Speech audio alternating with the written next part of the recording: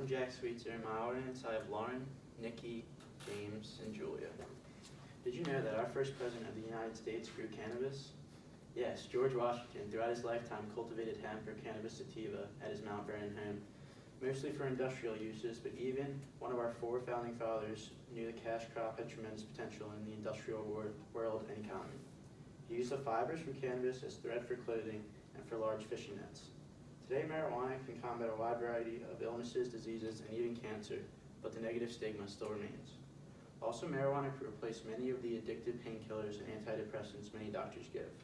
The most active ingredient in marijuana is delta-9 tetrahydrocannabinol, most commonly known as THC. This chemical compound was not discovered by scientists until the 1960s. Marijuana was made illegal by the Marijuana Stamp Act of 1937. This act prohibits the use, sale, and cultivation of marijuana at a federal level all before the plant was ever fully understood. Marijuana is thought to be a harmful plant by the federal government. However, based on its proven medical benefits and its value in today's economy, the United States as a whole and individual states will benefit from the legalization of marijuana. The most common beliefs and prejudices about marijuana are not true.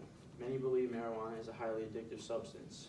There is no physical addiction associated with marijuana use, as there is with all other addictive drugs. People who consume heroin, cocaine, crystal meth, and many other prescription drugs that are legal, such as Xanax, go through severe physical withdrawal. They experience uncontrollable shaking, cold sweats, muscle spasms, among many worse symptoms. Marijuana addiction is mental, if anything. This is when there are subtle cravings and feelings of missing the substance. You can still function and quickly get over the mental fixation, while as on harder drugs, your body cannot function properly. A mental addiction is much like someone binge eating or binge watching a TV show. Many believe that marijuana is a gateway drug that can lead to harder drugs. Multiple studies from the Institute of Medicine show that if marijuana was legalized, it would not increase the use of illicit drugs within the population, nor would it influence people to continue doing hard drugs. It actually has the reverse effect. States that legalize marijuana had a significant decrease in fatal opioid overdoses. Opiate-related deaths decreased by 33% in 13 states in the following 6 years after marijuana was legalized. This is a sign that marijuana can be used to cope with hard drug addictions. Final misconception is many believe marijuana is harmful. As stated in the introduction, the main chemical in marijuana is THC, which has no toxins in it. These chemicals bind to nerve receptors in the brain that create and release dopamine, a euphoric compound that is harmless. Alcohol, crack, and heroin can all cause you to overdose, while marijuana cannot. A UC San Francisco study concluded that smoking one joint every day for 20 years had no effect on pulmonary function. The harm of the smoke is outweighed by the benefits of the marijuana, the study determined. No additives are in marijuana, meaning there is less consumption and addictiveness. As you can see, fentanyl, a deadly additive, something going around the news, being added to all street drugs, increasing addictiveness and consumption. Also, all the additives in cigarettes are what cause the physical damage and addiction, and it is evident because there is no damage or addiction associated with marijuana consumption. Now that we have debunked these common marijuana misconceptions, I'd like to discuss the rights of a United States citizen. All patients, regardless of their condition, should be provided with the best possible treatment options they want, including alternative treatments like marijuana. Making cannabis illegal prevents patients from pursuing the best treatment option for them, which violates a basic person's rights of health and safety. Written in the Declaration of Independence more than 300 years ago, which was signed by George Washington and many others, it states that all men have certain unalienable rights, meaning you cannot take them away from him. These three rights are life, liberty, and the pursuit of happiness, which the federal government is not fulfilling by refusing treatment which can save or improve a person's life. Denying a physician the right to discuss or recommend and prescribe marijuana to a patient is a direct violation of the physician-patient relationship. Because of the criminalization of cannabis, patients must resort to black market cannabis that puts a harmless patient looking for relief into more risk because it is not regulated, meaning it could be harmful, and because it is illegal, meaning they could face legal penalties. Marijuana has been proven to have many medical benefits, but is forbidden to many who need it. Marijuana is proving to be more effective treatment than most conventional treatments.